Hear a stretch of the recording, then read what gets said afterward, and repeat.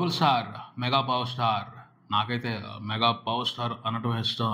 అలా పలకటంలోనే ఓ పవర్ ఉంటది. సరే, ఎవరికి నచ్చినట్టు వాళ్ళు పిలుచుకుందాం, దానిదే ఉందిలే. కానీ రామ్ చరణ్ నటించిన కొత్త సినిమా గేమ్ చేంజర్.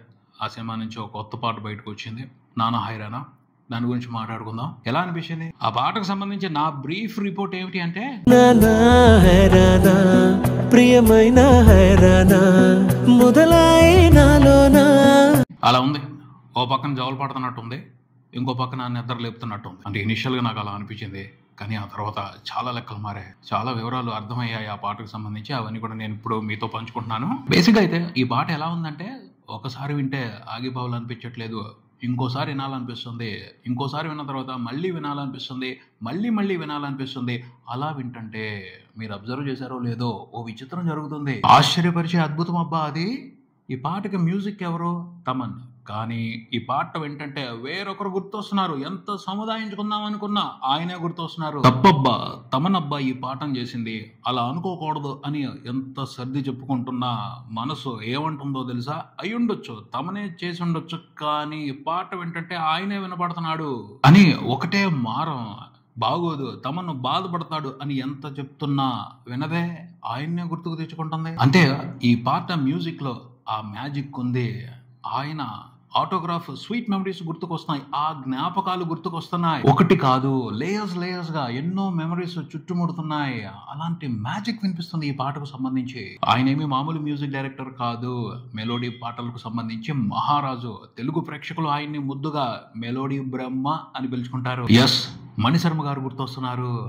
ఆయన కంపోజ్ చేసిన చాలా పాటలు ఈ పాట వింటున్నంతసేపు గుర్తుకొస్తూనే ఉన్నాయి. ఎంతైనా మణిశర్మ గారు మెలోడీ కొడితే ఆ ఇంపాక్టే వేరబ్బా.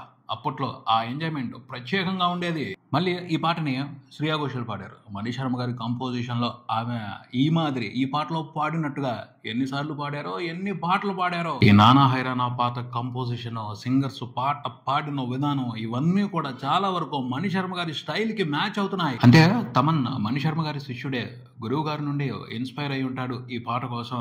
దాన్ని మనం తప్పు పట్టకూడదు, ఎందుకంటే గురువు దగ్గర నేర్చుకున్న విద్యని ఉపయోగించడం ఎప్పుడూ తప్పు కాదు. ఇక్కడ ఇంకో విషయం గుర్తుపట్టాలి. Thaman as it is Mani Sharma గారు కంపోజ్ చేసిన ఒక పాటను పట్టుకుని దాన్ని కాపీ కొట్టలేదు, ఆయన స్టైల్ ని ఫాలో అయ్యాడు. అంత మటుకే గురువు గారిని మరిపించాడు తమన్. ఈ పాటతో మంచి ఎక్స్పీరియన్స్ ఇచ్చాడు.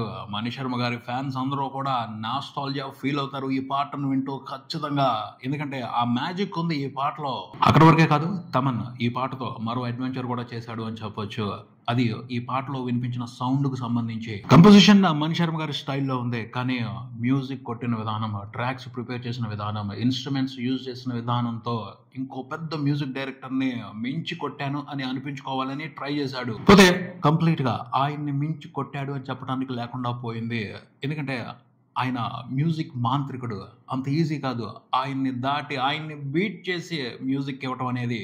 శంకర్ షార్కి బాగా ఇష్టమైన music director AR Rahman. Thaman ఈ పాటలో ఏఆర్ రెహమాన్ సౌండింగ్ ని కొంతవరకు మురిపించాడు, కానీ కంప్లీట్ గా మరిపించలేకపోయాడని చెప్పొచ్చు.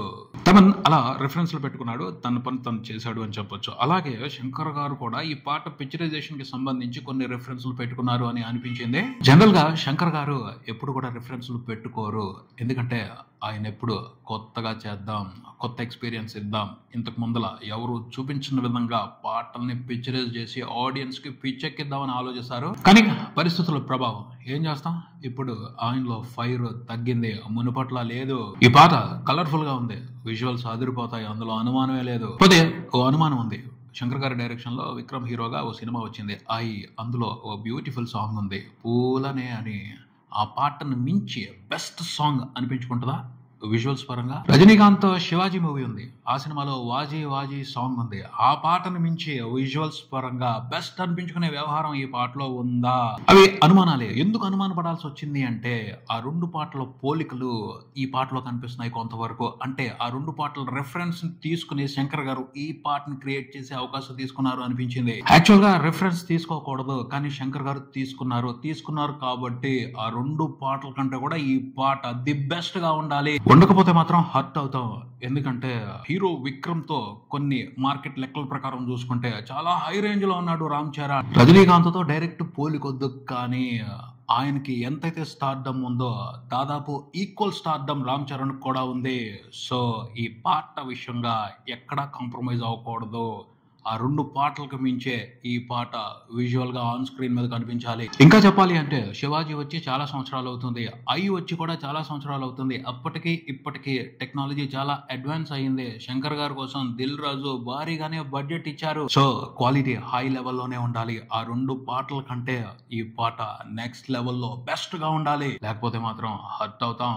ఎందుకు ఈ విషయాన్ని డిమాండ్ చేయాల్సి వస్తుంది అంటే చాలా సందర్భాలుగా తెలుగు హీరోలకి ఒక విషయంగా అన్యాయం జరుగుతుంది.